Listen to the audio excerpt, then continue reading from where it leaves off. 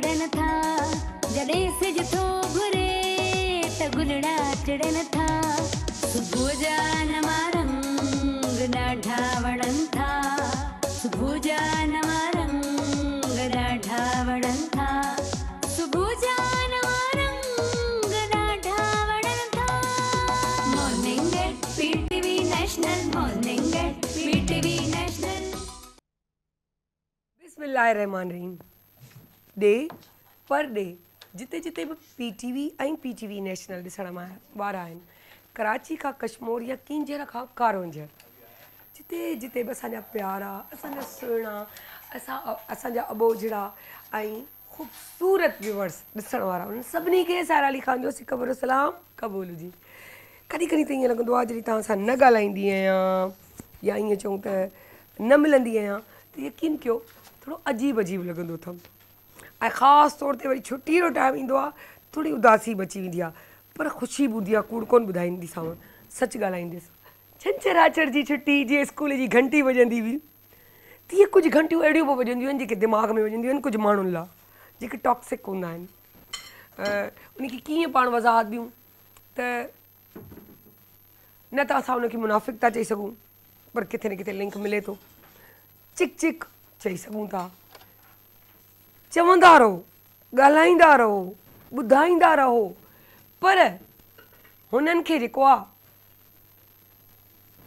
ख़तमु त अहिड़े माण्हुनि खां हमेशह कुझु चंद अहिड़ियूं पॉइंट्स आहिनि जिन जे बारे में उन्हनि जे तव्हांखे ॿुधाईंदसि त अहिड़े माण्हुनि खे इग्नोर कयो सलाम दुआ कयो अस्सलाम वालेकुम कीअं आहियो ठीकु ठाक फर्स्ट क्लास ठीकु आहे छा पिया कयो कीअं आहियो तव्हां छा पिया कयो ठीकु कयूं न ख़ुदा हाफ़िज़ कमु ठीकु वियासीं सलाम दुआ कॾहिं न पंहिंजी ज़िंदगीअ में इग्नोर कजो इनखे छो जी हमेशह अगरि ॻाल्हि चवंदसि त कुझु शयूं अहिड़ियूं हूंदियूं आहिनि गिव एंड टेक हूंदियूं आहिनि जेको ॾींदा आहियो सा वठंदा आहियो त नेकीअ जा कम चङाईअ जा कम तव्हां कंदा रहो इहो तव्हांजो हेडिक न आहे प्लीज़ खामोशी दोनों तरफ से बहुत सी खामोशी आ रही है इन्हें मां का बि उम्मीद न रखो जीअं आऊं हींअर उम्मीद न पई रखां आऊं टेंशन में अची वियसि सो बहरहाल उन्हनि खां का बि उम्मीद न रखो साइमा प्लीज़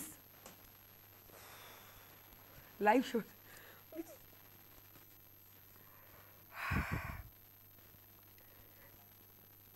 इहो बि हिकिड़ो जोक हो तव्हांखे तंग करण लाइ छो इनखे चइबो आहे टॉक्सिक इनखे ॿुधाइबो आहे छो जो अगरि असां रियलिटी तव्हांखे न ॾेखारींदासीं त तव्हांखे कीअं ख़बर पवंदी त टॉक्सिक कीअं थी वेंदो आहे टेंशन ईंदो आहे गुस्सो मची वेंदो आहे वरी असां थधाप थी वेंदा आहियूं इनखे चवंदा आहिनि अहिड़े माण्हुनि खां पर साइमा खे स्पेशली मूं चयो त तूं थोरो गोड़ कंदी आहे शॉपर्स जो आवाज़ु ॾींदी आहे मूंखे उहो डिस्टर्ब कंदो और मूंखे चिड़प थो थिए अचे पई पर मूंखे पंहिंजी चिड़प कंट्रोल करिणी प्यार मोहबत में छा आहे तव्हांखे ख़बर कोन लाइव शो आहे मूं चई बि छॾियो ऐं मुंहिंजो कमु बि थी वियो इनखे चइबो आहे ज़िंदगी इनखे चइबो आहे कहिड़े ख़ूबसूरतीअ सां जेको आहे पंहिंजो रस्तो वठी पंहिंजी मंज़िल ते पहुचणु ऐं वरी जे उन्हनि खां विड़बो न अगरि आउं हिन ई जॻह ते मिसाल साइमा सां मुंहिंजी जंग थी पिया या के कैमरामैन सां के म्यूज़िशियन सां के MC मां के मुंहिंजे गेस्ट खां फिज़ूल हुजे हा अगरि हू टॉक्सिक आहिनि आउं उनखां खटे न थी सघां पर अगरि आउं प्यार प्यार में मिठी मोहबत में उनखे चई बि वईसि पंहिंजो कमु कढी बि वईसि इहा असल शइ हूंदी आहे ज़िंदगीअ जी जेको तव्हां इग्नोर करे मिठी मोहबत में ठपकी भणी उहो चवंदा आहिनि न असांजा हिकिड़ा डायरेक्टर हूंदा हुआ कुर्बान चन्ना अलाह ॾाढा ज़बरदस्त ॾाढा प्यारा माण्हू उन्हनि मूंखे हिकिड़ो बार चयो त बाबा कुझु माण्हू ईअं हूंदा आहिनि जो साम्हूं वारे खे धकु हणंदा आहिनि उनजी टोपी किरी पवंदी आहे त उहे छा कंदा आहिनि त उतां टोपी खणंदा आहिनि छंडे वरी वापसि जे धकु हयो आहे छंडे वरी उनजे मथे ते रखे यार सॉरी धकु लॻी कमु बि थी वियो धकु बि लॻी वियो ठीकु आहे ऐं वाह बि थी वई यार उन खणी ॾिनी त इहे सही न पंहिंजी शयुनि खे इन्हनि खे उन्हनि खे एॾी अहमियत न ॾियो उन्हनि खे एॾो फोकस न कयो पंहिंजी ज़िंदगीअ में जो तव्हां डिस्टर्ब थी वञो त इहे शयूं हूंदियूं आहिनि ज़िंदगी ये शयूं हूंदियूं आहिनि लाइफ गुज़ारण जो अंदाज़। त इहो अंदाज़ जेॾी महिल पाण सोचींदासीं सम्झंदासीं ऐं ज़िंदगी खे गुज़ारींदासीं त यकीन कयो एॾा त ख़ूबसूरतीअ सां ज़िंदगी गुज़रंदी। छो जे कॾहिं कॾहिं ही जेको तरीक़ेकार ॾेखारण जो मक़सदु इहो जो असां केॾा बि मिठा हुजूं असां एतिरा मिठा नथा थी सघूं। असांखे चिड़ बि अचे थी, असांखे गुस्सो बि अचे थो, असांखे तकलीफ़ बि अचे थी, असां दिलि चए थो त साम्हूं वारे खे हिकिड़ो पंच हणी कढूं, थींदो आहे मञंदो। ॾिसो इहो सच आहे, केरु इहे नथो चई सघे त न मूंखे कोन थींदो आहे, जॾहिं मूंखे बि थींदो आहे, मूंखे बि गुस्सो ईंदो आहे। पर फितरत ऐं नेचर में वॾो फ़र्क़ु आहे। फितरतनि अगरि तव्हां मुनाफ़िक़ कयो त केॾो बि मिठो थियण जी कोशिशि कयो तव्हां सुठा नथा थी सघो, किथे न किथे तव्हांजी फितरत ज़ाहिर आहे। पर जे अगरि तव्हां फितरतनि मिठा आहियो त तव्हां गुस्सो बि कयो, अच्छा अड़े मूंखे यादि आयो मुंहिंजो त तोसां गुस्सो हो, आउं त तोसां ॻाल्हायां कोन पई, पोइ आउं कीअं पई ॻाल्हायां।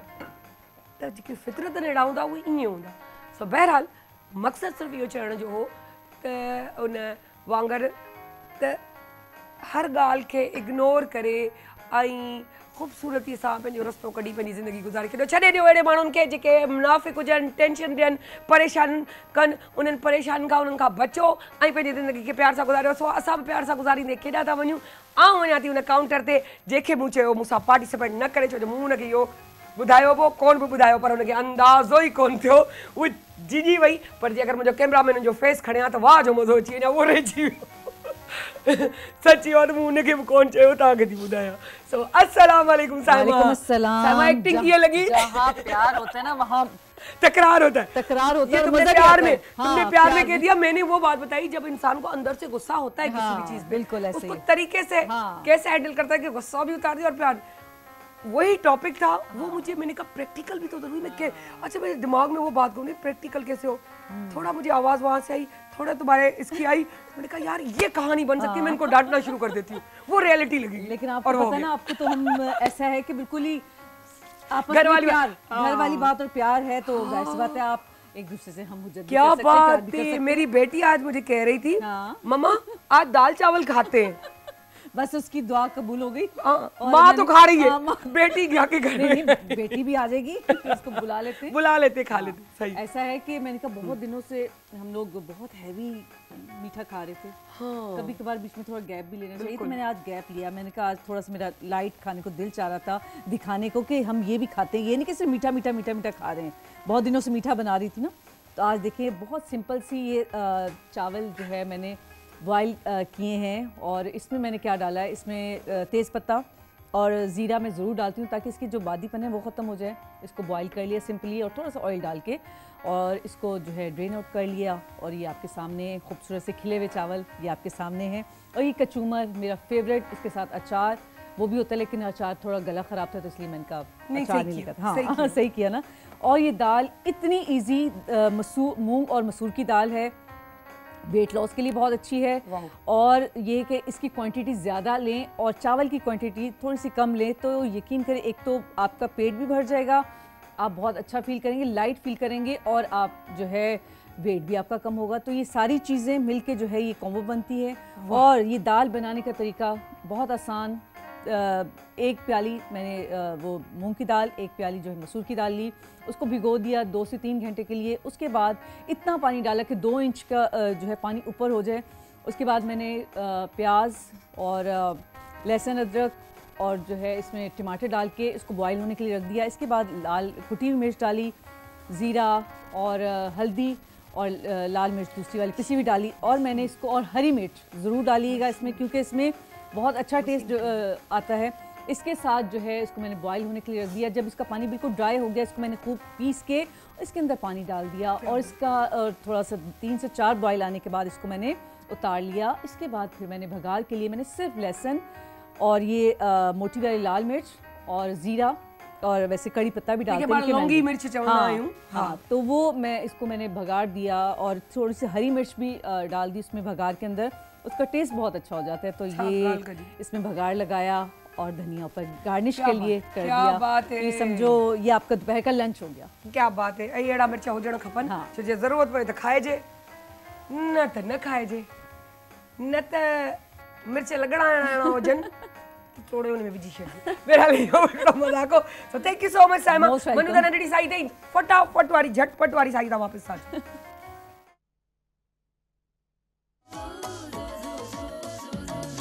जॾहिं सिज थो घुरे त गुलड़ा टिड़न था जॾहिं सिज थो घुरे त गुलड़ा टिड़न था सुबुह जा नवां रंग ॾाढा वणनि था सुबुह जा नवां रंग ॾाढा वणनि था सुबुह जा नवां रंग ॾाढा वणनि था morning at PTV national morning at PTV national welcome back जी नाज़रीन वापसि अची विया आहियूं हिकु नंढड़ी झटपट वारी साई खां पोइ जीअं तव्हांखे ख़बर आहे त असां वटि हर हफ़्ते जुमे जे ॾींहुं मुंहिंजी प्यारी दोस्त मोटिवेशनल स्पीकर इरम ज़िया बि मौजूदु हूंदी आहे जंहिंखे बि तव्हां वेलकम कयो अस्सलाम वालेकुम कीअं आहियो तव्हां ठीकु ठाक फर्स्ट क्लास अल्हम्दुलिल्लाह आप सुनाएं अल्हम्दुलिल्लाह टॉपिक त हुन जो आऊं छा ॻाल्हाईंदसि तव्हांखे पोइ ॿुधाईंदसि पर उन खां पहिरीं आऊं तव्हांखे ॿुधायां हिन वक़्तु हिकु सिविल सर्वेंट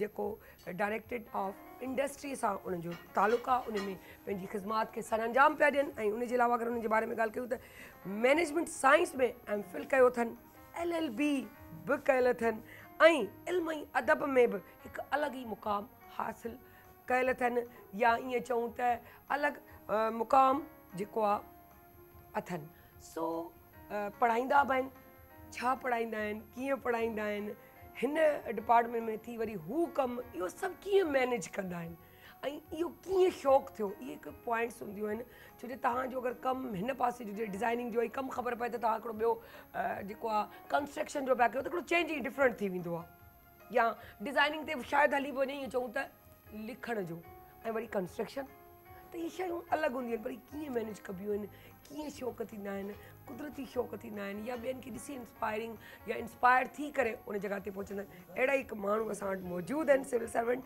सो नवीद अनवर मरी उनखे बि वेलकम था कयूं अस्सलाम वालेकुम सर तव्हां कीअं आहियो फर्स्ट क्लास ज़बरदस्त सर असां वटि टॉपिक आहे इरम ज़िया वटि त इंसानी ज़िंदगीअ में हिकिड़ो तब्दीली बदिलाव चेंजिंग कीअं हूंदी आहे इहा शइ कैसे उन जा असरात मुनफ़ी ऐं मुस्बत छा पवंदा आहिनि इहे सभु हिकिड़ी पॉइंट्स आहिनि जेको असां हुन खां पुछंदासीं सो आउं इरम खे चवंदसि त इरम तव्हां स्टार्ट कयो त ये मुनफ़ी असरात जो मुस्बत भी पढ़ते हैं मनफी भी पढ़ते हैं चेंजिंग से तो ये क्या होते देखो सबसे पहले तो मैं अल्लामा इकबाल के एक शेर से शुरू करूँगी मुझे बहुत पसंद है कि दयार इश्क में अपना मुकाम पैदा कर वाह नया ज़माना नए सुबह शाम पैदा कर क्या बात खुदा अगर दिले फितरत शिनाज दे तुझको सुकूत लालो गुल से कलाम पैदा कर। अब ये क्या है,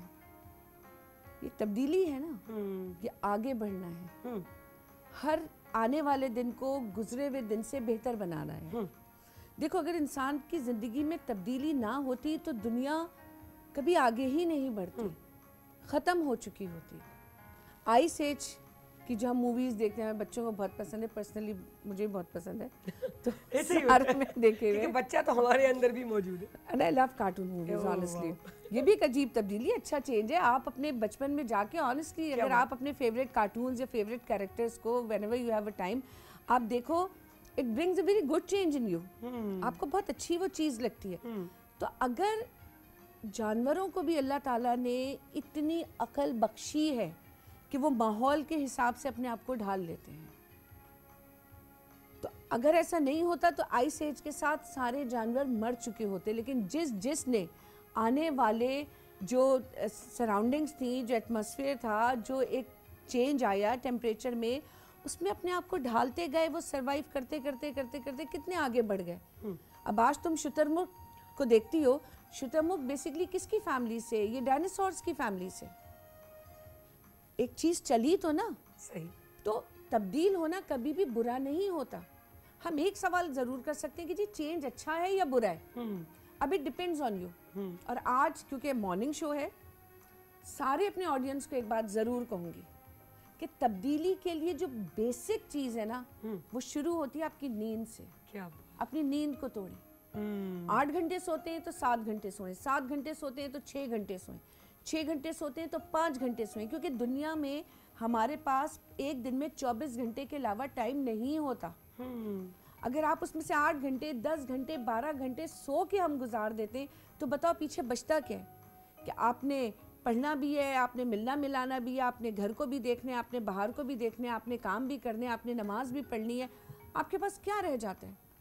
अब जो आपका अपना टाइम है ना, जो आप सोचते हैं कि इट्स माय रिलैक्सेशन टाइम, कि मैं सोने जा रही हूँ, तो वाकई कभी कभार हम बैठते हैं तो ये बात मैं बिल्कुल एग्री करती हूँ कि ये जो नींद का फंडा है ना, ये ज़रूर किसी आलसी ने बनाया हुआ है। कि कुछ लोग कहते हैं जी मैं 10 घंटे ना सोऊं तो मुझे चैन नहीं आता, तो अगर आप 6 महीने नहीं सोएंगे तो आपको चैन नहीं आएगा। अपने टाइम में से उस चीज़ को कम करना, अभी किसी पॉजिटिविटी की तरफ जाना, किसी पॉजिटिव चीज़ को अपनाना, फिर वो आगे कदम बढ़ाना, क्योंकि अगर खौफ के आगे जीत है, बिल्कुल ये बात कही जाती है। कहते हैं कि जितनी चादर हो उतने पैर फैलाओ, नहीं, चादर को बड़ा कर लो, पैरों को क्यों सुकेड़ रहे हो? एक अच्छी सोच एक अच्छी तब्दीली लाती है, बिल्कुल। और आगे बढ़ने की सकत हमेशा आपके अंदर वो हिम्मत देती है कि नहीं, मैंने आगे बढ़ना है, मैंने जीतना है। तो तब्दीली इंसान की फितरत में है। तब्दीली अगर आप नहीं लाएंगे तो आप एक जगह साकित होकर ख़त्म हो जाएंगे, क्या बात, पिघलने लगेंगे। देखो, बर्फ़ को रख दो, पानी बन जाती है, पानी को जमा दो, बर्फ बन जाता है, उसका दूसरा यूज है, उसका दूसरा यूज है। यही जो चादर की मिसाल दी ना, चेंज वो तो भी आते इसी हैं तरह ना। है कि अगर आप बहुत ओवर हो रहे हो तो उस चादर में रहो, उसी चादर में मैनेज करो। अगर नहीं कर सकते, मतलब चेंज लाते हो कि नहीं भाई मैं अफोर्ड कर सकता हूँ या मैं कुछ कर सकता हूँ, तो फिर तो आप देखो बड़ा कर दो। मैं कहती यानी हूँ उसी चीज को afford भी तो आप उसी वक्त करोगे ना जब आप कोशिश करोगे। वही तो कह रही हूँ ना कि वो कोशिश कहे या यूं के अफोर्ड भी तब होगी, वही वाली आपकी मतलब वाली एक बात, शख्स कोशिश। बेचारा बहुत मेहनत करता है, एग्जैक्टली, लेकिन वो 8 घंटे करता है। अब जब उसे ज्यादा जरूरत होती है वो कहते हैं यार मैं 14 घंटे करूँ, हाँ, कि मैं घर में इसके बजाय ये लेके जाऊं। सही, आप अपनी तो कोशिश करें। What I always want from my audience, give your 100% Exactly. and leave the rest to Allah, हाँ, because He is there। और अल्लाह को भी वही बिल्कुल। लोग पसंद है जो अपना 100% देते हैं। सही। और यार एक तब्दीली ज़रूर है, किसी के साथ बेईमानी ना करो, हाँ, किसी के साथ मुनाफकत ना करो। ये ना सोचो कि उसको गिरा के मैं आगे बढ़ूंगा, ये बहुत ये ना सबसे करो, बड़ी गलत बात। क्योंकि वो अपनी मेहनत से वहाँ खड़ा हुआ है। Always have a healthy competition. ये रिश्वत, ये सोर्स, किसी के कहने पे आप किसी कुर्सी पे आके बैठ तो सकते हो, आप वहाँ सस्टेन नहीं कर सकते, फिर आप उस कुर्सी पे अपना निशान नहीं छोड़ सकते। क्या सही बात है। हमेशा जिस जगह बैठो, जब उठो, रिटायर हो, तो ऐसा निशान छोड़ो कि तुम्हारे पीछे वाले लोग बोले कि हाँ यार, क्या बात, एक बंदा था जो वाकई इस कुर्सी के काबिल था। तो जिंदगी में ये तब्दीली जरूर लाओ कि अल्लाह रसूल ऊपर और नीचे आपकी हिम्मत, सही बात। इसको लेके आगे चलो। ॾाढी एॾी ज़बरदस्त ॻाल्हि, अगरि जे तव्हां सम्झी सघो त हिकु वॾी पॉइंट वारियूं ॻाल्हियूं आहिनि, त पंहिंजी छाप तव्हां तॾहिं छॾे सघो था जॾहिं तव्हां में उहा रियलिटी या सचाई हुजे। जे अगरि तव्हां में आहे ई मुनाफ़िक़त त तव्हां सोचो तव्हां कीअं था चओ त केरु तव्हांखे पसंदि करे ई तव्हांजो नालो रहे। असां वटि नवीद मरी साहब बि वेठा आहिनि, सो उन्हनि खे चवंदासीं सर तव्हां हिन टॉपिक ते छा चवंदो, या तव्हां पंहिंजी थोरी पहिरीं असांखे जर्नी शेयर कयो। Thank you very much. Actually madam जाम भलियूं ॻाल्हियूं कयूं। जर्नी त असल में जॾहिं मंज़िल मिली वेंदी आहे न त पुठियां सॼा सूर विसरी वेंदा केॾी सुठी ॻाल्हि कई अथव। एक्चुअली मैच्योरिटी जो लेवल बि उन महिल ई अची वेंदो आहे। तव्हां चवंदा यार सभु हासिल करे वरितो न, पुठियां जेके हुआ उन्हनि खे माफ़ु कयोसीं, दरगुज़र कयो। त जर्नी आहे त आउं 11 दफ़ा सिविल सर्विस कमीशन पास कयो ऐं पोइ 8 9 में मूंखे मौक़ो मिलियो त असां सिलेक्ट थियुसि। इहा ॻाल्हि कोन सम्झ में 11 में एक्चुअली 2011 जी था ॻाल्हि कयो? न ओवरऑल 11 सिविल 11 दफ़ा तव्हां कयो आहे जी कमीशन क्लियर कई आहे मूं ऐं कंदो रहे। तव्हां बीठुसि कोन, छोकी मूंखे मुंहिंजी मंज़िल ख़बर हुई, माण्हुनि जी ॻाल्हियुनि ते कोन पिया ॾिस, मूंखे करिणो आहे। ठीकु आहे, का हूंदी किथे फ्लॉ हूंदो, मूंखे रिजेक्ट कयूं पिया, ऐं पंहिंजो पाण खे ब्लेम पे कयो। इहा गुड पॉइंट आहे। ॿियनि खे ब्लेम कोन पियो कयो, सोसाइटी खे या हिनखे हुनखे न हूंदी, मुंहुं में लैकिंग हूंदी आहे। बाक़ी मथूं जेको ईमान हुजे वो पुख्ता हुजे, जंहिं हुन रखी आहे मुंहिंजे लाइ का जॻह। अच्छा मज़े जी ॻाल्हि आहे त 11 मां जेके मुंहिंजो जेके 8 जेके मूंखे रिजेक्ट कया आहिनि उहे सभु 17 ग्रेड जा हुआ, हीअ 18 ग्रेड हुई। अल्लाह साईं खे ॾियणी मूंखे वधीक सब्र जो इम्तिहान हो हिकिड़ो। ही चेंज हिकिड़ी मज़ेदार शइ इहा अथव त चेंज हिकिड़ो कॉन्स्टेंट एलिमेंट आहे। अगरि अव्हां चेंज कोन था थियो न त हालात चेंज करे छॾंदा अव्हां। ठीकु आहे, अव्हां कोन थींदव, अव्हां कोन ॿुधंदा, वक़्तु अव्हांखे चेंज कंदो। ऐं जॾहिं वक़्तु चेंज कंदो न त उहा ॾाढो ॾुखियो चेंज तकलीफ़ अमल हूंदो ऐं पर अव्हांखे थियणो पवंदो ज़बरदस्ती। ऐं मोस्टली पंहिंजे स्टूडेंट्स खे ॿुधाईंदो आहियां त भई ज़िंदगी लाइफ चेंज करियो। हाणे ऑर्थोडॉक्स टीचिंग ख़तमु थी चुकी आहे। हाणे टीचर खे बि स्टूडेंट सम्झाए सघे थो, छोकी आर्टिफिशियल इंटेलिजेंस अची वियो, हर शइ अची, सिंगल क्लिक ते पूरी नॉलेज आहे। त अॼुकल्ह जा ॿार बि त ईअं आहिनि, तव्हां केरु ॻाल्हाए कूड़ ॻाल्हाए नथो सघे, ओॾी महिल ई ही त हीअं ई न कोन्हे को। बिल्कुलु बिल्कुलु बिल्कुलु जीअं न मुंहिंजी दादी जीअरी हुई त मुंहिंजो पुटु बि ओॾी महिल त मूं चयो बाबा ही तुम्हारी परदादी है। वो दादी खे ईअं ॾिसो, बाबा ही पर किधर है? दिस इज अ क्वेश्चन, मुझे दैट्स द थिंग। अब पुछो, मां नथो अचे, शर्माइण जी ॻाल्हि न आहे। इल्मु हासिल करण लाइ, तब्दीली आणण लाइ पुछणो पवंदो। अगरि असां पुछंदव कोन, असांजी सोच असांखे बदिलणी पवंदी। असां पंहिंजो उहो ऑर्थोडॉक्स शयूं आहिनि उन्हनि कल्चर खे कनेक्टेड रहूं, उनखे संभाले रखूं। ऐं जीअं हाणे अलामा इक़बाल खे शायदि ई केरु पढ़ंदो हुजे, मां पंहिंजा शाह अब्दुल लतीफ़ भेटाई, बुल्ले शाह खे। हाणे अलामा इक़बाल हू चए थो, ज़बरदस्त ॻाल्हि ईअं करे तो, कोई अंदाज़ा लगा सकता है ज़ोर बाज़ू का, निगाह मर्द मोमिन से बदल जाती हैं तकदीरें। मतिलबु निगाह ॾेखारी तकदीर बदिलजी वई। अहिड़ा मर्द, अहिड़ा माण्हू जेके अमलनि माण्हू हूंदा आहिनि, प्रैक्टिकली। हाणे त असां ॻाल्हाईंदा जाम आहियूं, प्रैक्टिकली पर कुझु बि कोन्हे। ठीकु आहे, ॻाल्हाइण जे ताईं ॻाल्हि एॾियूं भलियूं ॻाल्हियूं करे वेंदासीं, असां जेको अंदरि ईंदो न। हाणे असां कॾहिं कॾहिं अव्हां ॾिसो, इहा अव्हां कुदरती हिकिड़ो अमल आहे। अव्हां कंहिं शइ खे परे खां ॾिसो न, अव्हांखे ॾाढी सुहिणी लॻंदी। ऐं जीअं आस्ते आस्ते वेझो ईंदो, अव्हां चवंदो अड़े यार हिन में दाग आहिनि। ईअं इंसान जी पर्सनैलिटी आहे। सोना नहीं होती। बिल्कुलु ईअं पर्सनैलिटी आहे इंसान जी। जीअं वेझो ईंदो ईंदो पर्सनैलिटी केॾी दागदार आहे। ऐं मोस्टली असांखे छा करिणो हूंदो आहे, असां नेगेटिव शयुनि खे वधीक नज़र रखंदा आहियूं। असांखे हमेशह माण्हू जी पॉज़िटिव एलिमेंट खे ॾिसो ई कोन। ठीकु आहे, हाणे ॾिसो, हिकिड़ो मूंखे अगरि प्रिविलेज मिलियो हिकिड़ो, त आउं पाण खे कमतर खे जेको आहे उनखे ॾिसां त यार हू छो कोन पियो अवेल करे। शायदि हुनजो बैकग्राउंड मूंखां वर्स्ट हुजे, हू अवेल करे ई न सघियो हुजे जेके अपॉर्चुनिटियूं एक्चुअली मूंखे मिलियूं आहिनि। त असांखे हर शइ खे ॾिसणो पवंदो आहे, असांखे चेंज जो दाइरो थोरो वधाइणो पवंदो आहे, पंहिंजी सोच पॉज़िटिव रखणी हूंदी आहे। अगरि अव्हांजी सोच पॉज़िटिव न आहे त अव्हां वटि का शइ न आहे, पोइ भले अव्हां कुझु बि कंदा आहियो। अच्छा, ॿारनि खे तव्हां ईअं पढ़ाईंदा आहियो, कंदा आहियो, त लाज़मी सी ॻाल्हि आहे, पोइ इहा ई शइ आदत आहे, चवंदा आहिनि हिकिड़ी हूंदी आहे फितरत, हिकिड़ी हूंदी आहे आदत। आदत त चेंज थींदी, फितरतनि तव्हां नथा चेंज थी सघो।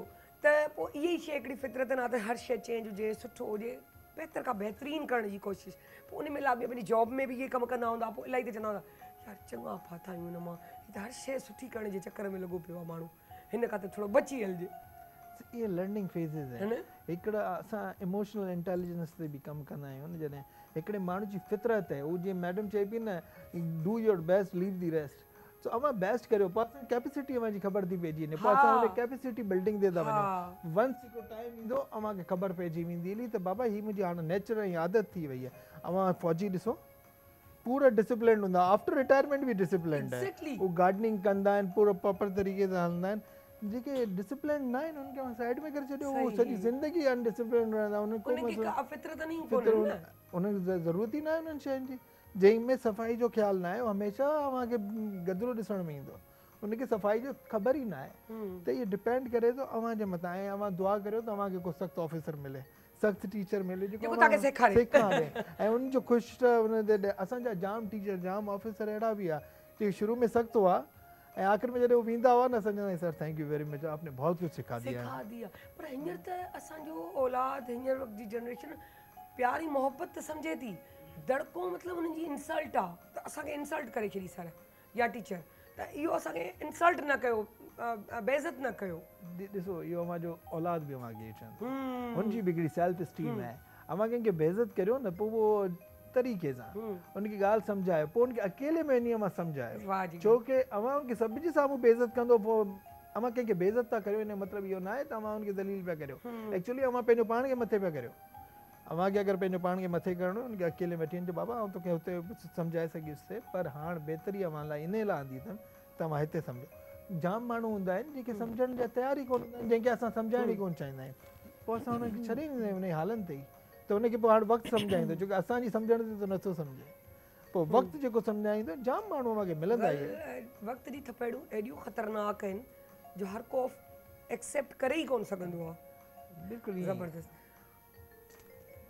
एरम हम हमेशा ही बात करते हैं, जैसे अभी ये तब्दीली की भी बात हुई, हमारे यहाँ एक चीज़ बहुत अच्छी है कि एक बाप बेटे खड़े हुए हों और अगर बेटा जब बाबा मेरी बात सुने, बाबा बाप ने कहा थप्पड़ मार दूंगा, बात करने दो मुझे, डांट दिया, इंसल्ट कर दिया, और इंसल्ट भी खतरनाक इंसल्ट कर दी। चलो वो ठीक है, एक टीनेज था, छोटा था, हो जाता है गलती, या चलो समझदार होके भी गलती कर दी, बाप ने कह दिया।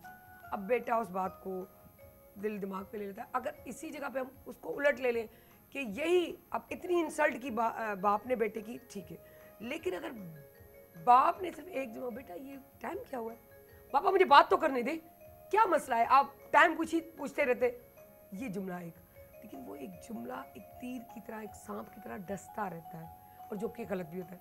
लेकिन अगर वो बाप कहता है तो बेटा रंग जाता है, अगर वो बेटा उलट का बात करता है तो वो बेटा तबाह हो जाता है, क्योंकि बहुत फ़र्क होता है। तो इसके बारे में थोड़ी सी वजाहत दें हमारी व्यूअर्स को। देखो सायरा, एक मैंने हमेशा बात की कि वर्बल कम्युनिकेशन और non verbal communication, most of the time ये जो नॉन वर्बल कम्युनिकेशन होता है ना, ये बड़े स्ट्रॉन्ग होता है। हम जो कर रहे होते हैं, हमारे बच्चे वो सीख रहे होते हैं। अगर आप अपने बच्चों के सामने चैरिटी कर रहे हैं, देखो बात हम टॉपिक वो अपने आप को तब्दील करना है ना, तब्दीली मैंने कहा अच्छी भी है बुरी भी है, बात यह है कि आप किस चीज़ को अपना रहे हो। बाप अगर अपने बेटे को इशारा भी करता है कि मैं फ़ोन पे हूँ, तो उसको पता है कि एक ठहराव ज़िंदगी में है।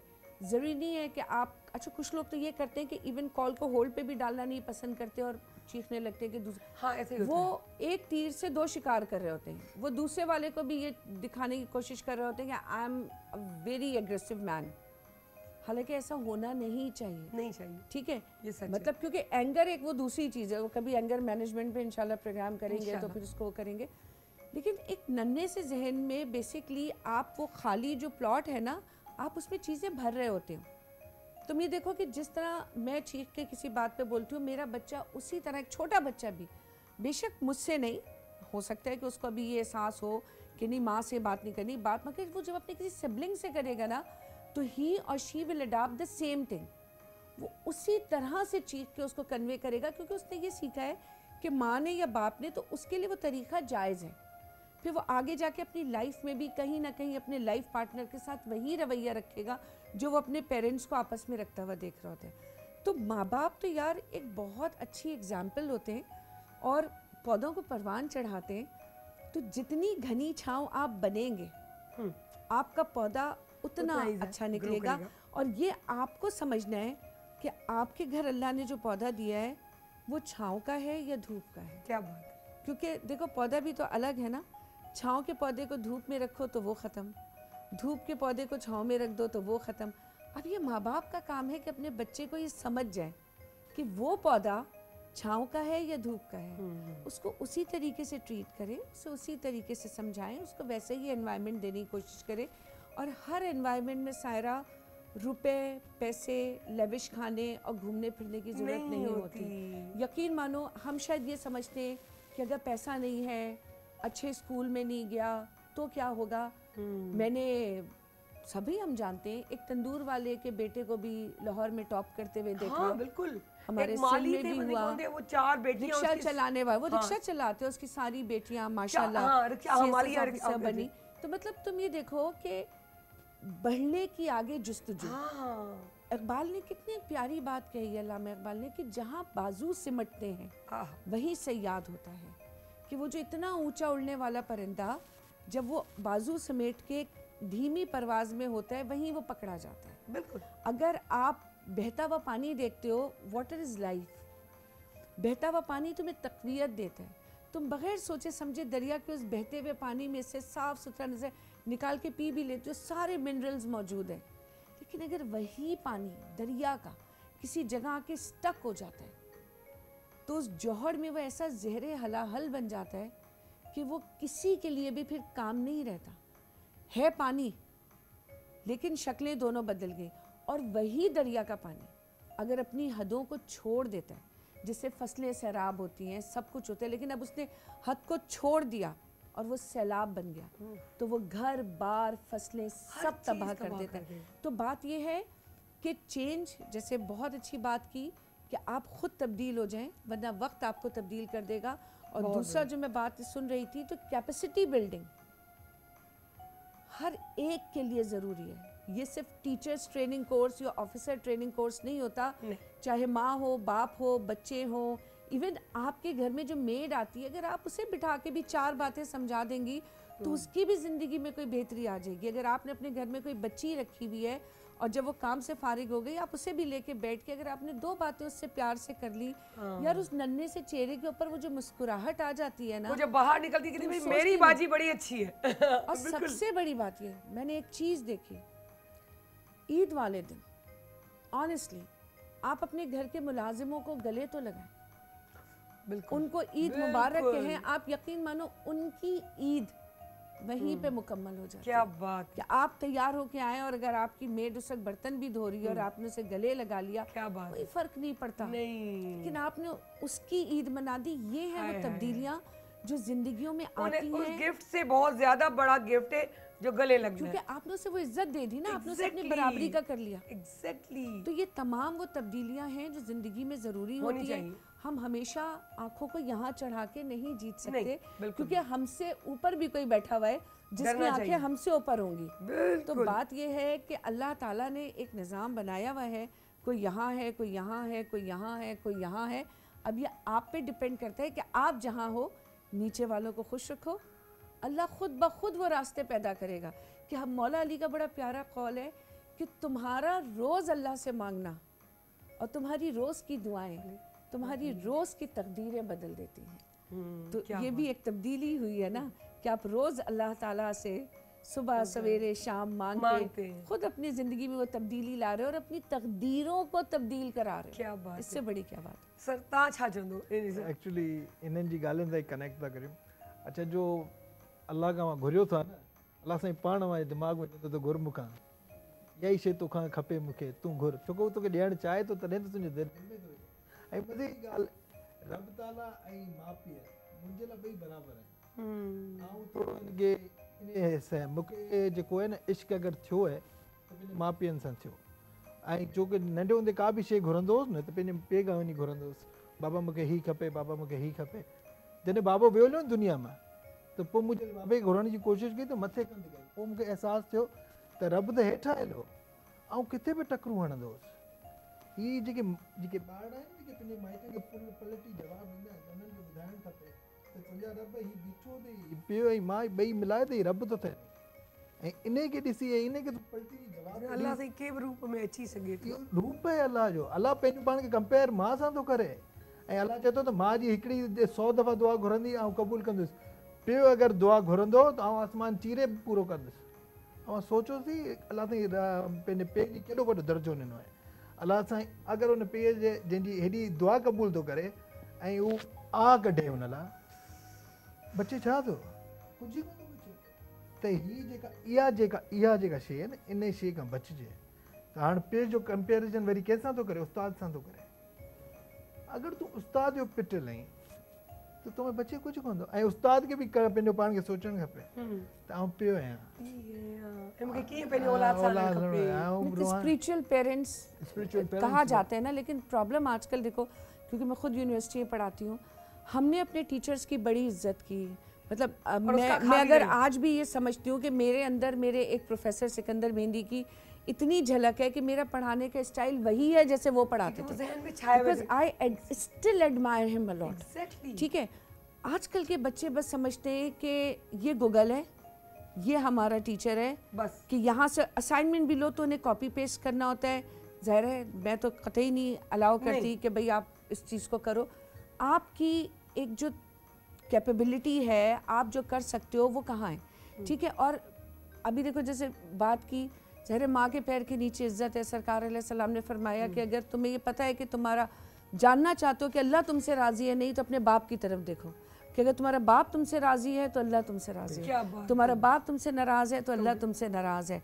तो बात सिर्फ इतनी है कि अल्लाह साईं जितना इंसान को बख्शता है, जितना देता है, वो दुआएं कबूल करता है।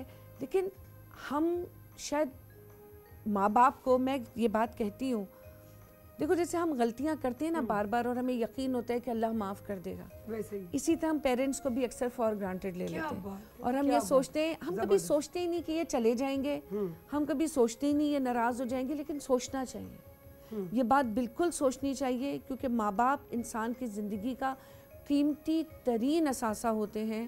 और जब ये छाँव रुखसत होती है तो हाय, फिर तब आपको पता चलता है, आप पता जिस बल्कि उम्र में उन्हें भी हो लग पता जाता कि है। आप ना किसी भी उम्र में हो हाँ। कि आप नंगे पैर खड़े और आपके सर पे छाँव नहीं है, बात आपको एहसास होता है। और ये जो जब माँ बाप नहीं होते ना और आपको एहसास होता है यार हम बड़े हो गए, तो यकीन मानो फिर ज़िंदगी में वो मज़ा नहीं रहता। सच तो इसलिए पेरेंट्स को मैं कहती हूँ फॉर ग्रांटेड ना लें, और अल्लाह को राज़ी करने का बड़ा आसान तरीका है। के देख लो तो जीत जाओ। तो यार हदीस का मफहूम है कि अगर तुम आज जुमे का दिन है, और अपने इस चैनल के थ्रू मैं सारे अपने भाइयों को कहूँगी कि हदीस शरीफ का मफहूम है कि अगर तुम जुमे के दिन अपने माँ बाप की कब्र पे जाके दुआए मगफिरत करते हो तो तुम्हारी खुद की मगफिरत क्या होती है। बात, क्या इससे बात बड़ी है, क्या बात है। क्या बात है सर। इन्हीं की थोड़ा कटे छोटे टाइम बिल्कुल खत्म थी चुका, तो मुझे आखिर में तव्हां खां पुछंदे नहीं ई हिकिड़ो वॾो स्पिरिचुअल टॉपिक आहे, जेतिरो ॻाल्हायो ओतिरो घटि आहे। इहो त सच आहे, असां ॻाल्हाईंदा आहियूं छो त ॻाल्हियूं ई अहिड़ियूं आहिनि। ही हिकिड़ी बहितरीनु ॻाल्हि, ऐं माउ बाप जी त हिकिड़ी पंहिंजी क़दर आहे। स्टूडेंट सां बि इहा गुज़ारिश आहे त पंहिंजे टीचर खे argument for the sake of argument न करियो, argument to let down your teacher, उहो आर्ग्यूमेंट न करियो, आर्ग्यूमेंट करियो for the learning, for the sake of learning. अॼुकल्ह जो ॿारड़ो सिर्फ़ु अचे थो तालीम वठणु डिग्री लाइ, नॉलेज लाइ कोन ईंदो। अनफॉर्चुनेटली जेको अगरि नॉलेज जी तरफ़ भॼंदो त उहो ई जीतंदो, ऐं जेको डिग्री लाइ भॼंदो, कागज़ जा टुकड़ा जाम डिग्री होल्डर वेठा आहिनि जंहिंखे अव्हांखे ख़बर पए थी त बेकार माण्हू आहिनि। बिल्कुलु ज़बरदस्त, ॾाढी सुठी ॻाल्हियूं। तव्हांखे वरी तंग कंदासीं, बिल्कुलु सॾींदासीं, छो जे thank you so much Iram, thank you so much sir.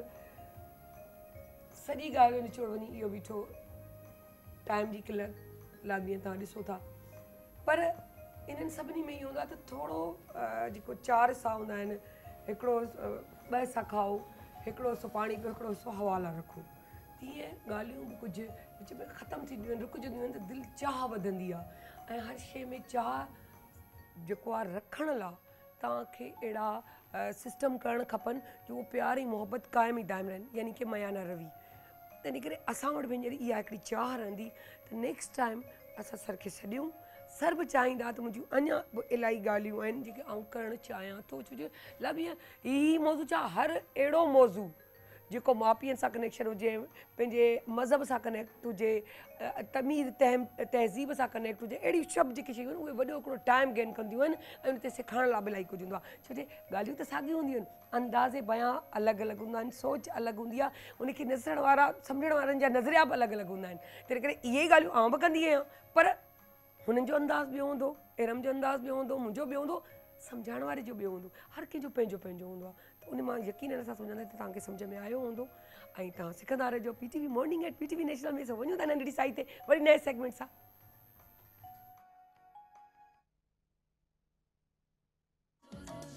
जॾहिं सिज थो घुरे त गुलड़ा टिड़न था, जॾहिं सिज थो घुरे त गुलड़ा टिड़न था, सुबुह जा नवां रंग ॾाढा वणनि था, सुबुह जा नवां रंग ॾाढा वणनि था, सुबुह जा नवां रंग ॾाढा वणनि था।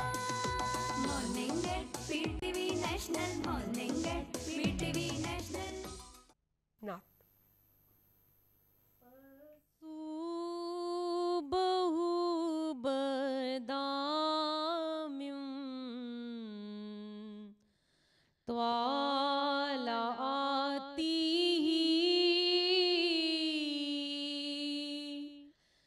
वल्लैलु दजाम्युं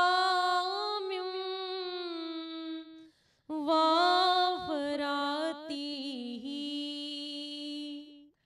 है नूरे सहर चेहरे से तेरे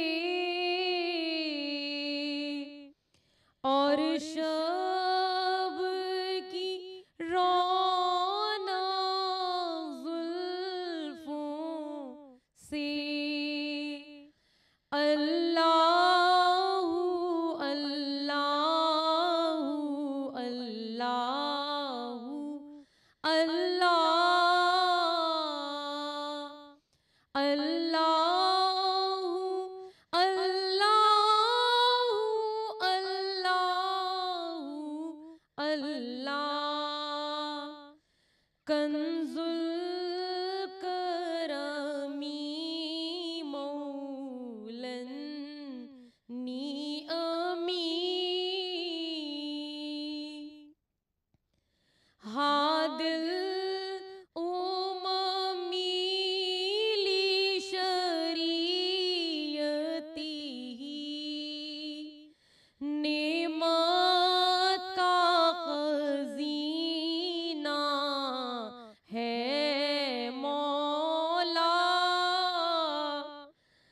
गंजीनाए रहमत है आका हादी है तमामी उम्मत के और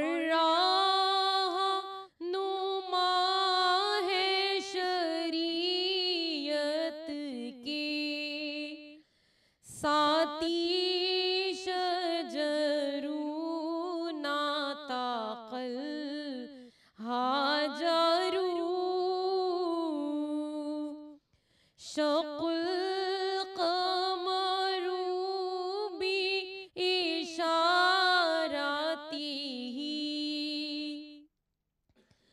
उंगली के इशारे पेड़ चले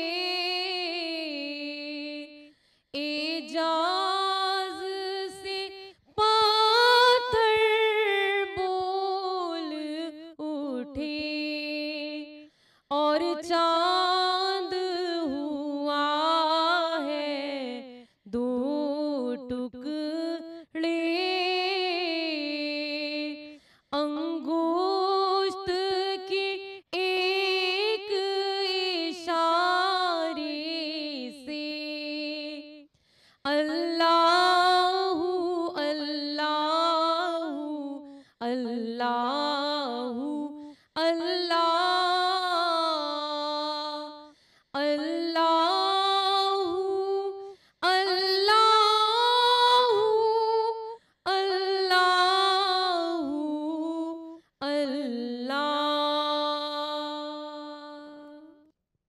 सुभान अल्लाह सुभान अल्लाह।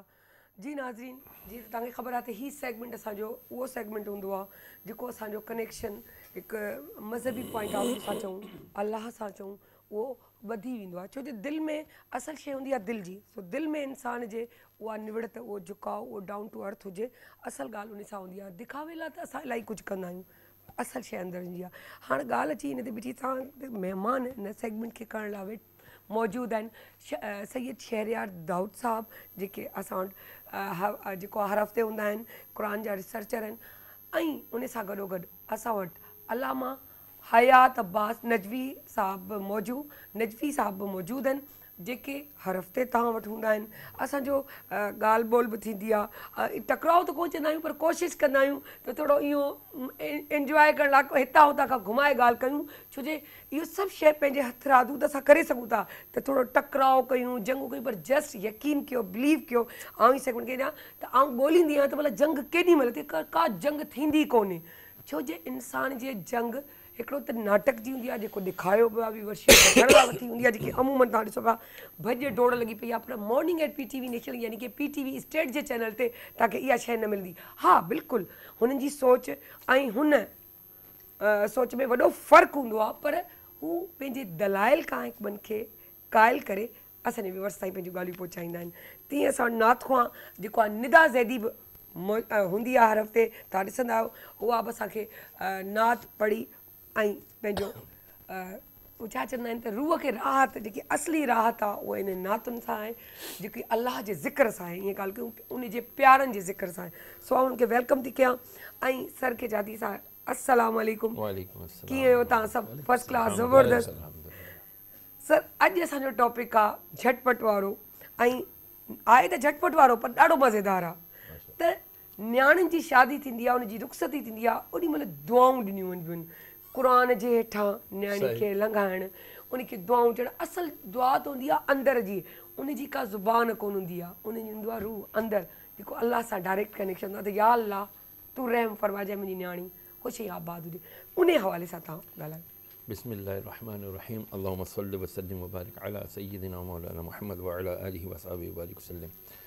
बड़ा अच्छा टॉपिक है लेकिन वक्त चूँकि कम है। पहली तो बात है कि आपने कही कि हम बैठते हैं और बातें करते हैं। हाँ। कभी कोई कॉन्फ्लिक्ट अल्हम्दुलिल्लाह हम करते भी नहीं, अल्लाह का शुक्र। देखें सबसे पहली बात तो हमें ये समझना चाहिए कि हम जो मीडिया पर आते हैं मेन स्ट्रीम मीडिया पर आने का मकसद क्या होता है कि मैं अगर अहले सुन्नत मकतब फ़िक्र से हूँ तो मैं अपना जो मेरा पर्सपेक्टिव है वो मैं पेश कर दूँ, मैं अपना मुद्दा बयान कर दूँ।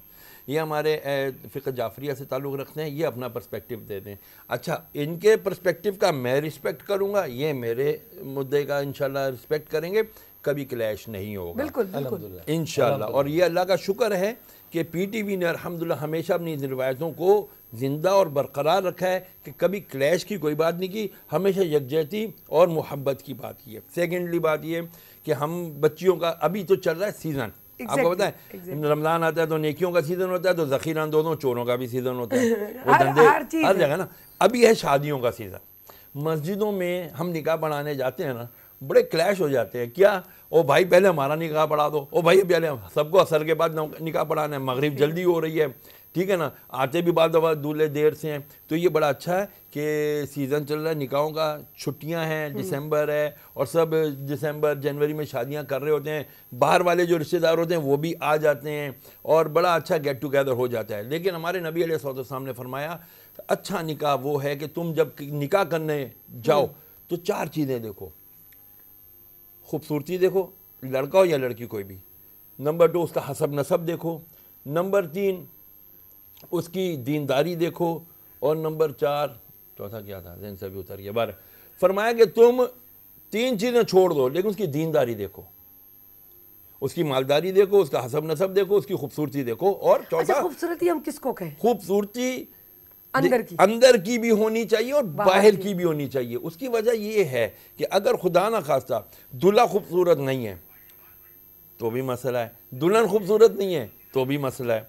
अच्छा अब क्या है कि जब बंदा दीनदारी देखेगा ना तो इसका मतलब है अगर वो दीनदारी पर पूरा है तो उसको पता है हुकूकुल इबाद क्या है, हुकूकुल्लाह क्या है, मेरे साथ जो आई है सब कुछ घर बार छोड़ छाड़ के मेरी बीवी बनी है तो मुझे अब इसका रिस्पेक्ट करना है, इसका एहसास करना है, इसको मैंने गैरियत का अंदेशे में नहीं मुब्तला होने देना, इंसानों की तरह इसके साथ बिहेव करना है। लेकिन ये भी बता दूं साथ में कि अगर जो पहले ये मिसकंसेप्शन था कि बेटी तेरी यहाँ से डोली उठी है अब वहां से डोला उठेगा, नहीं नहीं भाई नहीं, जिस दिन ये मर्द जानवर बन जाए या जिस दिन ये औरत बीवी भी जानवर बन जाए, ऐसा भी होता है ना, औरत भी बात आती है। हाँ। अगर वो अपनी पे आ जाए तो वो तो फिर आपको पता है कैसे हिटलर बन जाती है, भी ज्यादा पावरफुल बिल्कुल हो जाती है। तो इसीलिए ये misconception, being a human being, all humans are equal in the view of, in the light of Islam, बराबर हैं, मर्द क्या औरत क्या ये बराबर हैं, इनके हुकूक इंसान होने के नाते बराबर हैं। हमने जो इसको कहा जी ये सिंफ नाजुक है, इसके हुकूक कम है, उसके हुकूक ज़्यादा है, नेवर एवर, ऐसा नहीं है। इस्लाम हमेशा दूसरे की रिस्पेक्ट की बात करता है। तो जहाँ तक आई बात शादी की, तो अपनी बच्चियों को जब हम रुखसत करें कुरान के साए में बिल्कुल करें, वैसे इसकी कोई शरई दलील नहीं है, लेकिन कुरान के साए में जब अगर आप रुखसत कर रहे हैं तो क्या ही अच्छा होता है। इसी कुरान की तालीम भी दी होती बच्ची को, इसी कुरान के दर्स भी दिए होते बच्ची को कि बेटा देखो तुम्हारा एक मकाम है, सामने तुम्हारे शौहर है, उसकी माँ है, उसकी बहनें हैं, बाप हैं, ये सब इनके मकामात हैं, इनको तुमने रिस्पेक्ट करना है। If U will give respect U will get the respect. Exact, बिल्कुल, बहुत ज़बरदस्त। सर इन ॻाल्हि खे तव्हां क्या कंदे? बिस्मिल्लाहिर्रहमानिर्रहीम। सभ खां पहिरीं ॻाल्हि इहा आहे त जेके बि मीडिया जा दोस्त आहिनि उन्हनि जे लाइ बि असांजो पैगाम आहे त जीअं PTV जे ज़रिए सां हमेशा मामलात खे थधे ऐं सुहिणे तरीक़े सां पेश कयो वेंदो आहे ताकि जेका मुआशरे में सख़्ती मिज़ाज आहे उहा ख़तमु थी वञे, न त ईअं बाज़ जॻह ते नज़र अचे थो त जेका मुआशरे में नरमी आहे उन खे रहंदो सख़्ती में तब्दील था कनि, उन जो हल न आहे। अल्हम्दुलिल्लाह असां साईं मुफ्ती शहरियार दाऊद सां हमेशा इस्तफ़ादो कंदा आहियूं, साईं जन सां इलाही एक अरसो तव्हांजे प्रोग्राम में दोस्त सां मुलाक़ात रही आहे, इलाही शयूं साईं जन खां सिखण को मिलंदियूं आहिनि ऐं हिक ॿिए सां मालूमात खे शेयर कंदा आहियूं बिल्कुलु ऐं उन में ई बरकत आहे। ठीकु आहे, अर्ज़ ख़िदमत इहो आहे त सभ खां पहिरीं ॻाल्हि इहा आहे त औरत जे शादी जेॾीमहिल रुख़सत था कयो उन खां सभ खां पहिरीं ॻाल्हि इहा आहे त औरत जे बारे में ख़ुदि हिन पीउ जी निहायती मादर सां हिन भाउ जी जेका सोच हूंदी शोहर त उहा ई सोच रखंदो न। अगरि पीउ इहा शइ सोचे रखी त मूं तां ज़िमेदारी लथी मुंहिंजी जान छुटी नौज़बिल्लाह मिन ज़ालिक त पोइ शोहर बि हुनखे उहो ई सम्झंदो न त हाणे हुन पंहिंजी मुश्किल कढी मुंहिंजे कंधे में थी आहे। अगरि पीउ सम्झंदो त मुंहिंजे घर में रहमत वई आहे, शोहर बि सम्झंदो मुंहिंजे घर रहमत आई आहे। असुल फ़िक्र जो फ़र्क़ु आहे। जॾहिं शोहर ॾिसंदो त ख़ुदि छोकिरी जो पीउ हुई हुनजूं 10 बुरायूं थो पियो करे त पोइ छो छा इज़त कंदो। क़ुरान जे साए में रुख़सत करणु दुआऊं ॾियणु मुफ़्ति सभु ॻाल्हियूं बहितर आहिनि, बरकत आहे, लेकिन इन खां बहितर न्याणी खे उहे लफ़्ज़ सेखारे मोकिलियो जेका तव्हांजी हाणे हिकु सफ़ीर थी वञे हुन ख़ानदान पूरे जी, सिर्फ़ु माउ पीउ जी न पूरे ख़ानदान जी, पंहिंजे पूरे नसुल जी सफ़ीर थी हिकु घर मां ॿिए घर में थी वञे। हाणे उन घर वारनि खे तव्हांजी असलियत ख़बर पवंदी, उहो न्याणी खे सेखारे मोकिलियो। हाणे सभ खां पहिरीं सोच आहे त जेको मर्द ऐं औरतुनि जे बारे में ज़हनी फ़र्क़ु आहे उन फ़र्क़ खे ख़तमु करणु खपे। ॾिसो ख़ुदा जे आलम क़ुरान मजीद में इरशाद फरमाए मुतअद्दिद मक़ामात ते बिस्मिल्लाह रहमान रहीम मां चंद आयतूं पढ़ां थो जीअं सूरह असर में आहे त अलाह साईं जो सभु खसारे में केरु खसारे में बचो जिन अमल साले कयो, जंहिं बि अमल साले कयो, चाहे मर्द हुजे या औरत हुजे। ईअं कोन्हे त मर्द जो अमल साले अलॻि आहे औरत जो अलॻि आहे। जीअं क़ुरान ॿी जॻह ते इरशाद थियो फमन यामल मिसक़ाल, जेको ज़रा बराबरि में नेकी करे ख़ुदा जे आलम वटि उहो क़बूल आहे, चाहे मर्द हुजे चाहे औरत हुजे। अमल साले जे बारे में मर्द ऐं औरत जी का बि तफ़रीक़ न आहे। ख़ुदा वटि उहो ई जीअं तरीक़े सां मिसाल ॾियो तव्हांजे साम्हूं फ़िरौन जी घरवारी आहे पर अमल साले त ख़ुदा खे क़बूल आहे, हो मर्द आहे ख़ुदा वटि रद्द आहे। बिल्कुलु क़ुरान मजीद में सूरत मरियम आहे, सूरह ईसा कोन्हे, सूरह निसा आहे, सूरह रिजाल न आहे। अलाह साईं वटि मर्द ऐं औरत जी अमल एतबार सां तफ़रीक़ न आहे। हा जेको क़ुरान पाक जी आयत आहे रिजाल क़वामून अला निसा, अलाह साईं चयो मर्दनि खे मज़बूत बणायोसीं, इहो ख़ानदानी मसइलो आहे ताकी को त ख़ानदान जो सरबराह हुजे, को ख़ानदान अॻिते हलाए। हाणे रुख़सती जेका न्याणी जी थिए थी इन में सभ खां पहिरीं ॻाल्हि इहा आहे त जेको छोकिरी जो पीउ आहे, छोकिरी जो भाउ आहे, छोकिरी जो चाचो आहे, छोकिरी जो वॾो चाचो आहे, जेको बि आहे, सभ खां पहिरीं ॻाल्हि इहो त न्याणी खे रहमत सम्झी रुख़सत करे, ज़हमत सम्झी रुख़सत न करे। छाजे करे जेकॾहिं ज़हमत सम्झंदो त उनजे शराइत ई ॿिया थी वेंदा, बसि हिन जी शादी थिए असां तो ॾचो लहे नौज़बिल्लाह मिन ज़ालिक। न्याणी ॾचो न आहे, न्याणी रहमत आहे। हुज़ूर काइनात खे ख़ुदा दे आलम न्याणी ॾिनी सैयदा फ़ातिमा ज़हरा सलाम अलैहा, उनजी शादी मिसाल आहे। अलाए केतिरा रिश्ता आया, हुज़ूर काइनात सल्लल्लाहु अलैहि वसल्लम ईअं कोन चयो जेको रिश्तो आहे उनखे फ़ौरन क़बूल कयो, पाण छा फ़रमायो उन रिश्ते लाइ फ़ैसिलो कयो, उन रिश्ते जे लाइ पाण हिकु तमामु तर शराइत खे मद्देनज़र रखियो। ऐं हाणे जॾहिं न्याणी खे रुख़सत कजे उन तमामु शराइत खे तमामु शयुनि खे मद्देनज़र रखण खां पोइ त इहो न्याणी खे नसीहत कजे त जीअं तूं मुंहिंजे लाइ रहमत हुई आहे ईअं शोहर जे लाइ बि सबबे सुकून रहिजांइ, सबबे राहत रहिजांइ।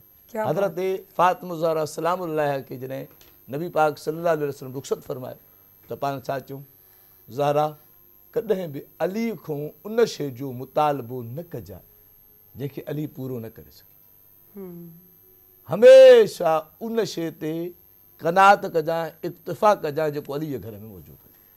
सर अगरि इन जे दौरान इहा बि ॻाल्हि पुछिजे जीअं निकाह जी सर ॻाल्हि कई हुई त निकाह जंहिं महिल ईंदा आहिनि हींअर रश बि लॻो पियो आहे छो जे लाइ असर ई मग़रिब जो अचे त कोन पाण चवंदा आहियूं त भई हिकिड़ो ॾींहुं पहिरीं करे छॾिजे निकाह त पोइ वरी सुभाणे मायूं आहे या उहा त इहो सही आहे। अदी ॾिसो अर्ज़ ख़िदमत इहो आहे त निकाह पहिरियां करणु ऐं रुख़सती पोइ करण में को हर्ज कोन्हे। नंबर हिकु। नंबर ॿी ॻाल्हि असर ऐं मग़रिब जे विच में जीअं साईं चयो त निकाह जी फज़ीलत वारो वक़्तु आहे, वक़्तु महदूद न आहे, तॾहिं करे आराम सां तव्हां को बि ॾींहं ते निकाह पहिरीं करे को बि ॾींहं ते करे सघो था, कहिड़े बि टाइम ते करे सघो था, सुबुह जो बि करे सघो था, राति जो बि करे सघो था, महीने में शादी आहे जेॾी महिल मौक़ो मिले तव्हां करे छॾियो निकाह। एतिरे क़दुरु जेकॾहिं हिन महिल मुआशिरत ॾिसिजे थो जेके उलमा इकराम आहिनि उहे जेके ख़ानदानी उलूम ते महारत रखनि था उहे हिन शइ जी रग़बत था ॼाणाइनि त कुझु टाइम पहिरियां निकाह कयो। उनजी वजह इहा ई आहे ताकी शरई तौरु पर्दो ख़तमु थींदो, जेका हुन मर्द जी लिकल शयूं आहिनि उहे न्याणी खे ख़बर पवंदियूं ऐं जेके न्याणी जूं लिकल शयूं आहिनि उहे ख़बर पवंदियूं। ॿई पासा इलाही ॻाल्हियूं अहिड़ियूं आहिनि जेकी खुली अची वञी सघनि थियूं, पर उहो निकाह जे नाले सां निकाह रुख़सती पहिरीं खां ई हर शइ पहिरीं वाज़े थी वई।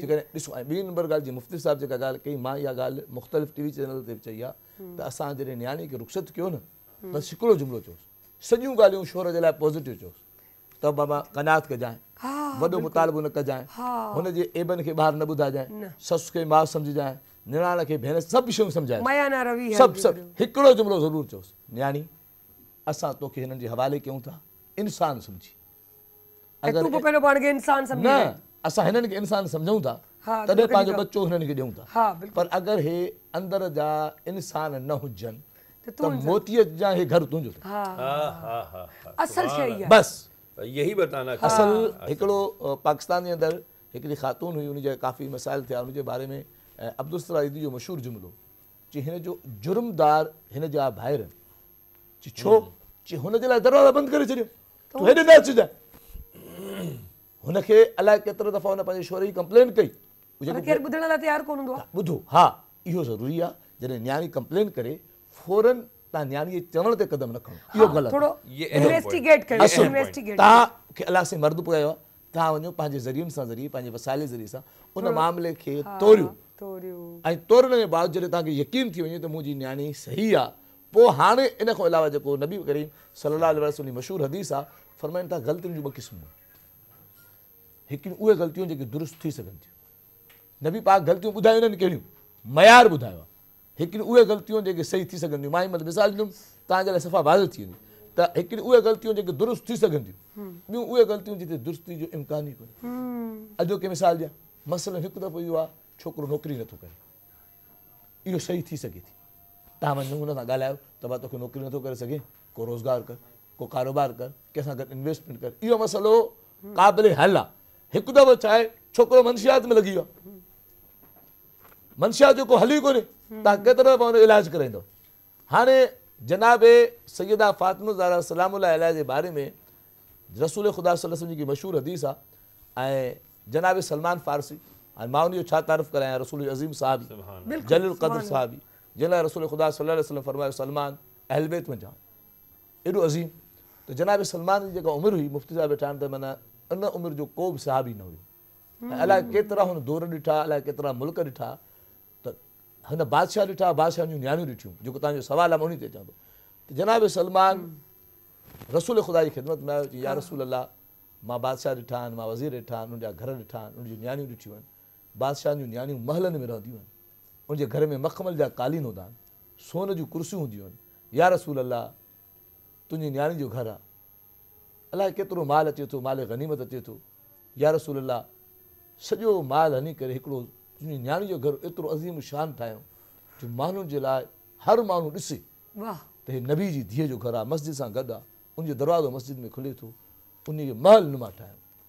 मलिकतुल अरब जनाब ख़दीजतुल कुबरा जी धीअ, आम औरत बि न आहे, ताकी जनाब ख़दीजा पंहिंजो सॼो माल इस्लाम ते ख़र्चु कयो आहे। हाणे इस्लाम ख़ुदि कफ़ील आहे, जंगुनि मां पैसा था अचनि, सभु शइ था अचनि, असां उन बदिले खे ख़दीजा जी धीअ खे ॾेई करे लाइ, इहो केरु पियो चए, जनाब सलमान फारसी।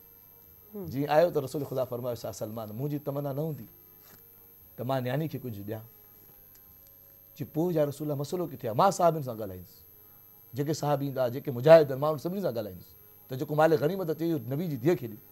त रसूल ख़ुदा सल्लल्लाहु अलैहि वसल्लम फरमायो सलमान, जॾहिं बि को माल दुनिया मां का शइ मां न्याणी खे ॾींदो आहे न, न्याणी क़ुरान पाक जी आयत पढ़ंदी आहे, जी कहिड़ी, जी पढ़ंदी आहे वमा इंदल्लाहि खैरun व अबका, बाबा जेको कुझु तूं ॾे थो पर मुंहिंजे परवरदिगार वटि जेको कुझु आहे न उहो हमेशह बाक़ी रहण वारो बि आहे ऐं हमेशह बहितर बि आहे।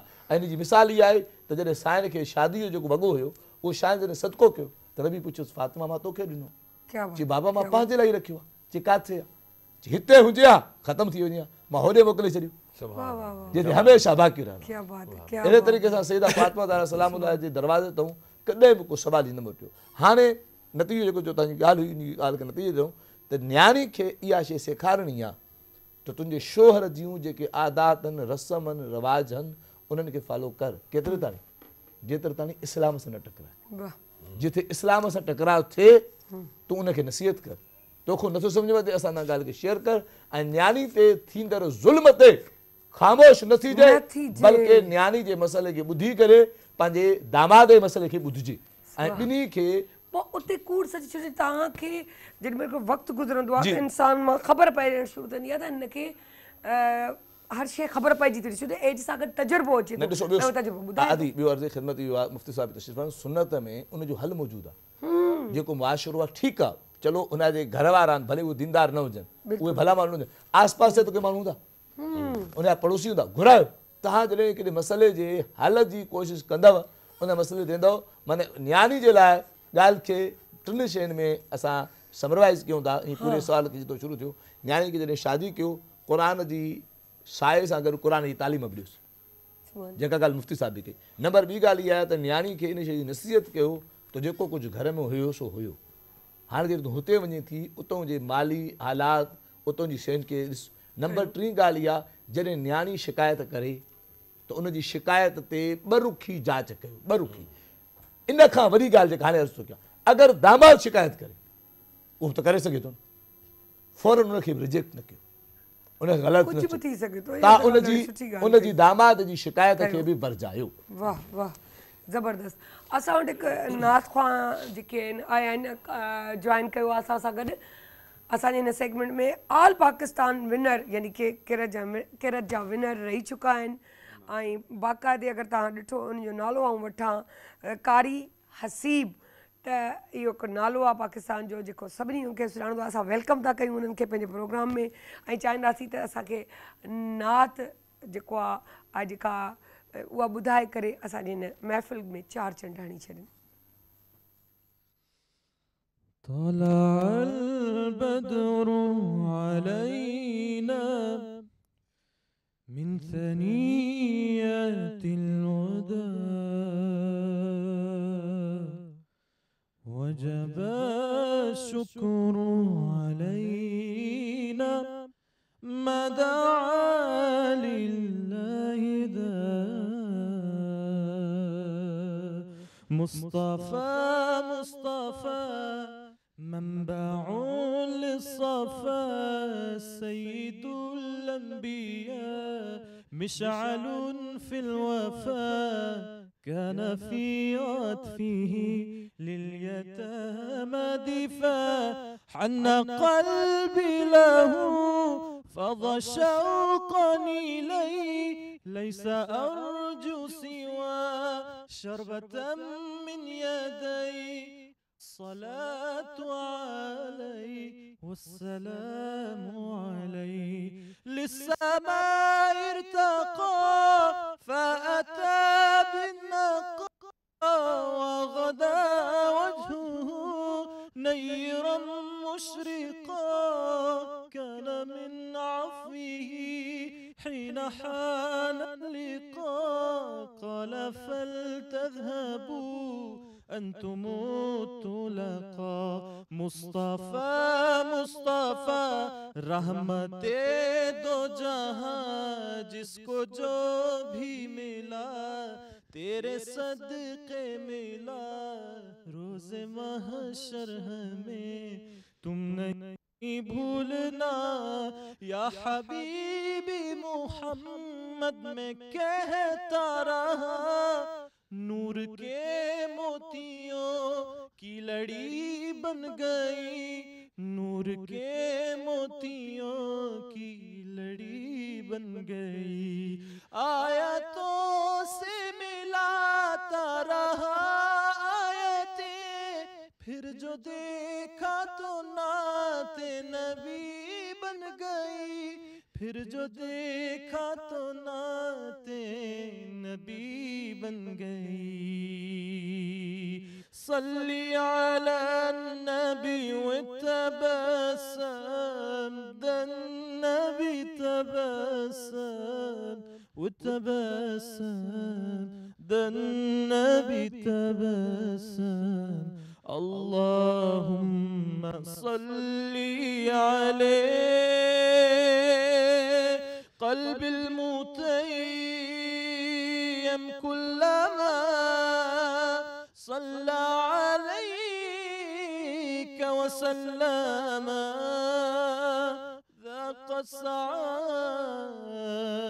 مغرما يا سيدي يا محمد محمد نبينا بنور هدينا من مكة حبيبي نور سطع المدينة من صلى صلاته وضحل بصفاته يا بخت اللي بظله ماشي يشفاله في مماته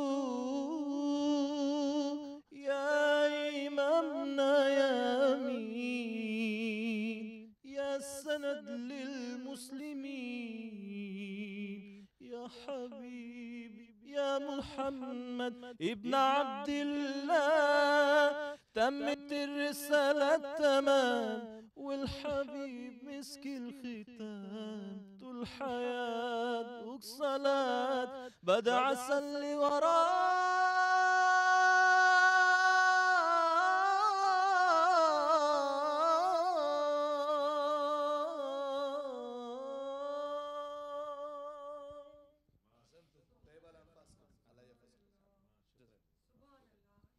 माशाल्लाह माशाल्लाह। आप जो कारी हसीब साहब, आप लाजमी बात है अगर विन करके आए तो यकीनन अल्लाह आपको और भी तौफीक दे। अब मैं चाहूँगी कि बिल्कुल टाइम ख़त्म होने पे तो बस मुझे कोई ऐसी दुआ, बस लफ्ज़ कोई जाते हुए कोई ऐसी दुआ जो बच्ची को हम बता दें या उस वक्त पढ़ दें ताकि उनकी ज़ुबान पे रहे और घर का माहौल और वो सारा अच्छा चले। सिंपल दुआ आयत है सलातुस्सलाम अलैका या रसूलल्लाह व अला आलिका व सहबिका हबीबल्लाह।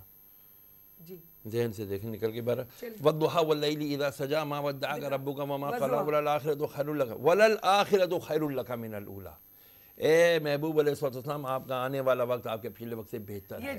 ये एक आयत बस। तीसरी आयत वलल आखिरतु खैरुल लका मिनल ऊला, आपका आने वाला वक्त पिछले वक्त से बेहतर है। ये बच्ची को बोले हर वक्त ये आयत पढ़े करे, इसका पिछला वक्त भी अच्छा, आने वाला वक्त भी अच्छा हो जाएगा। मादी हिक मिनट पंजन शयुनि जो ॿुधाईंदुसि। पहिरियों वालो इहो आहे, हिकिड़े मिंट जे अंदरि पहिरियों वालो इहो आहे त जिन न्याणियुनि जूं शादियूं नथियूं थियनि उन्हनि जे लाइ सभ खां बहितरीनु अमल सूरत कौसर आहे। 40 दफ़ा सूरत कौसर पढ़नि, नमाज़ खां पहिरियां पढ़नि, पोइ पढ़नि, सुम्हण खां पहिरियां पढ़नि, इंशाअल्लाह ताला जल्द जल्द उन्हनि जो रिश्तो थी वेंदो। ॿियो इहो आहे त जिन न्याणियुनि जो निकाह थी वियो आहे, रुख़सती नथी थिए, कहिड़ा मसाइल आहिनि जेके ॿाहिरि मुल्क वञणु चाहिनि थियूं, वीज़ा वग़ैरह मसाइल आहिनि, उन्हनि जे लाइ तस्बीह आहे सूरह मरियम जी पहिरीं आयत बिस्मिल्लाहिर रहमानिर रहीम काफ हा या ऐन स्वाद।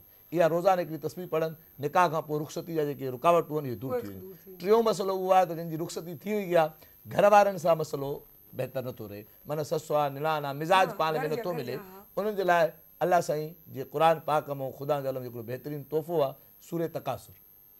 सूरह तकासुर 3 दफ़ा रोज़ाना पढ़नि, इंशाअल्लाह ताला दिलुनि में जेके रंजिशूं आहिनि ख़तमु थी वेंदियूं। चौथों मसइलो इहो आहे त हीअ घर में ख़ुशि आहे पर हिन जा जेके साहुरा आहिनि ऐं हिन जे घर वारनि उन्हनि जा पाण मिज़ाज कोन था मिलनि, इहो बि हिकिड़ो मसइलो आहे। उन जे लाइ ख़ुदा जे आलम जी हिकिड़ी बहितरीनु सूरत आहे सूरह मुबारक नस्र बिस्मिल्लाहिर रहमानिर रहीम इज़ा जा नस्रुल्लाह। इहा पूरी सूरत 19 दफ़ा पढ़िजे, अलाह साईं ॿिन्हिनि जे दरमियान रग़बत पैदा कंदो।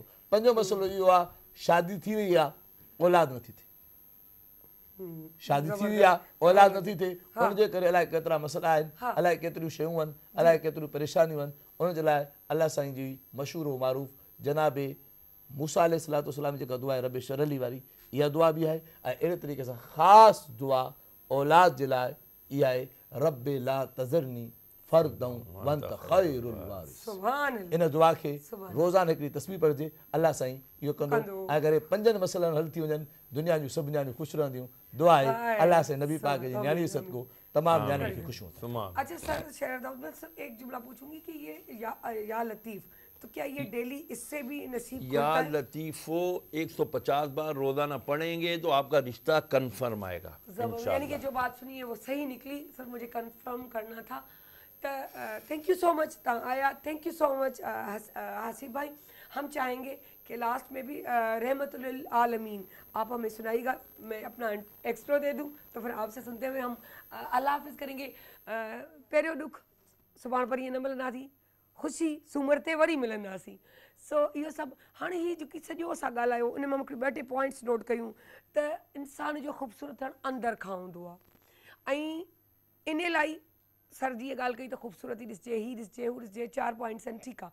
इन सभिनी जो निचोड़ हिकिड़ो हूंदो आहे त हुनजो दर्जो तमामु बुलंद रखियो आहे त जेको हिकु नॉर्मल तकलीफ़ शुदा डाइवोर्सी या ईअं चऊं त 4 ॿारनि जी माउ, बेवा, विडो, ऐं उन खां पोइ सड़ी थी वञनि, तकलीफ़ में अची थो, इलाही प्रॉब्लम्स आहिनि दुनिया।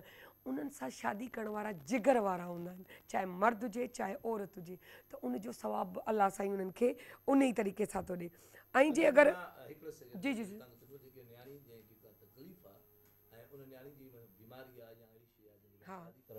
बेवा आहे या बच्चे उनजे लाइ रसूल ख़ुदा सल्लल्लाहु अलैहि वसल्लम जी हदीस आहे त अगरि को शख़्स उन सां शादी करे थो त पाण फरमाइनि था त मां पंहिंजे रिज़्क़ जो हिसो बि उनखे था कनि। ठीकु आहे।